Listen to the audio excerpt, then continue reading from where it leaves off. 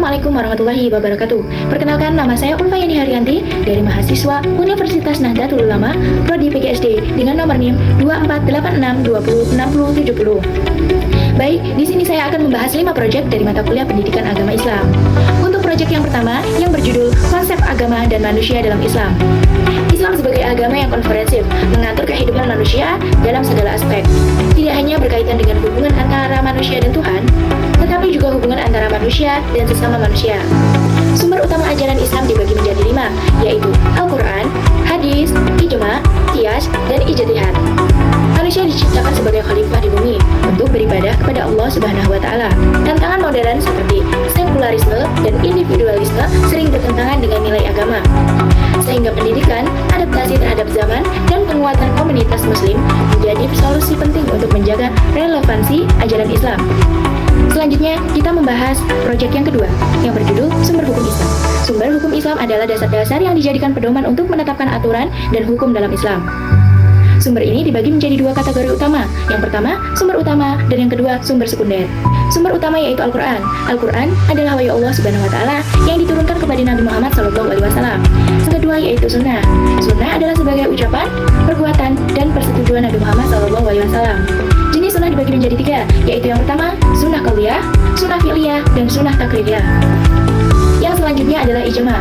Ijma adalah kesepakatan ulama dalam suatu masalah terhadap hukum suatu perkara yang tidak disebutkan secara eksplisit dalam Al-Quran dan Hadis. Selanjutnya yaitu qiyas. Qiyas adalah metodologi analogi untuk menetapkan hukum berdasarkan persamaan sebab dengan kasus yang sudah ada. Selanjutnya adalah sumber sekunder. Sumber sekunder dibagi menjadi 2, yaitu yang pertama, fatwa, dan yang kedua, ijtihad. Selanjutnya kita masuk ke proyek yang ketiga dengan judul Penguatan Nilai Keimanan dan Ketakwaan di Lingkungan Kampus. Saya menyadari betapa pentingnya kejujuran dalam mengerjakan tugas akademik. Kali ini, saya benar-benar berusaha menghindari plagiarisme dengan menyantumkan sumber referensi dengan lengkap dan tepat. Meskipun saya tergoda untuk menyalin pekerjaan orang lain, saya berusaha untuk menghindari hal itu. Rasa tenang dan kepuasan yang saya rasakan setelah menyelesaikan tugas dengan jujur jauh lebih berharga daripada nilai sempurna yang diperoleh dengan cara curang. Dalam kelompok studi saya, minggu ini kami menghadapi tantangan dalam menyelesaikan proyek mingguan. Ada beberapa anggota yang kurang aktif. Saya berusaha menerapkan nilai keimanan dan ketakwaan dengan bersikap sabar. Saya belajar bahwa kerjasama yang efektif membutuhkan saling pengertian, toleransi, dan rasa tanggung jawab. Nilai keimanan dan ketakwaan mengajarkan saya untuk saling mengasihi dan membantu sesama tanpa pamrih. Selanjutnya kita membahas proyek yang keempat, yang berjudul Penerapan Etika dan Akhlak dalam Kegiatan Sehari-hari. Pada minggu ini, saya berusaha menerapkan nilai kejujuran dalam mengerjakan tugas akademik. Dalam sebuah tugas kelompok, saya memastikan bahwa semua kontribusi yang saya berikan benar-benar hasil pemikiran saya sendiri. Saat bekerja dalam kelompok diskusi, saya berusaha aktif memberikan ide dan mendengarkan pendapat anggota lain.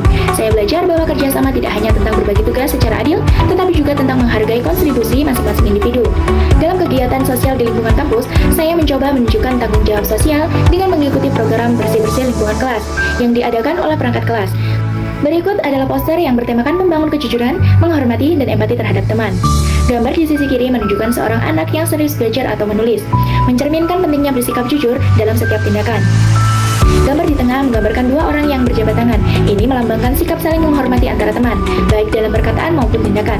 Dan gambar di sisi kanan menunjukkan seseorang yang membantu temannya. Ini menekankan pentingnya peduli dan memahami perasaan orang lain untuk mempererat hubungan persahabatan. Selanjutnya kita membahas proyek yang kelima. Poster ini bertemakan ilmu pengetahuan sebagai penerang dunia, menggambarkan kontribusi besar peradaban Islam dalam bidang ilmu pengetahuan dan astronomi. 2 sosok dalam poster mencerminkan klasik seperti Al-Biruni dan Ibnu Sina. Mereka memegang buku dan instrumen ilmiah, menunjukkan dedikasi terhadap ilmu. Buku terbuka melambangkan fokus pada penelitian dan ilmu pengetahuan. Instrumen seperti astronobel dan bola dunia menunjukkan kemajuan muslim dalam astronomi, navigasi, dan geografi. Gambar planet, bintang, dan pola kosmos menunjukkan pengaruh ilmuwan muslim dalam memahami alam semesta. Kubah masjid dan dekorasi geometris menunjukkan perpaduan antara agama dan budaya Islam yang mendukung perkembangan ilmu pengetahuan. Poster ini mengingatkan kita akan pentingnya ilmu pengetahuan sebagai warisan Islam yang telah menerangi dunia. Dalam Islam, mencari ilmu adalah kewajiban dan merupakan jalan menuju kemajuan serta keharmonisan dunia. Sekian presentasi dari saya akhiri. Wassalamualaikum warahmatullahi wabarakatuh.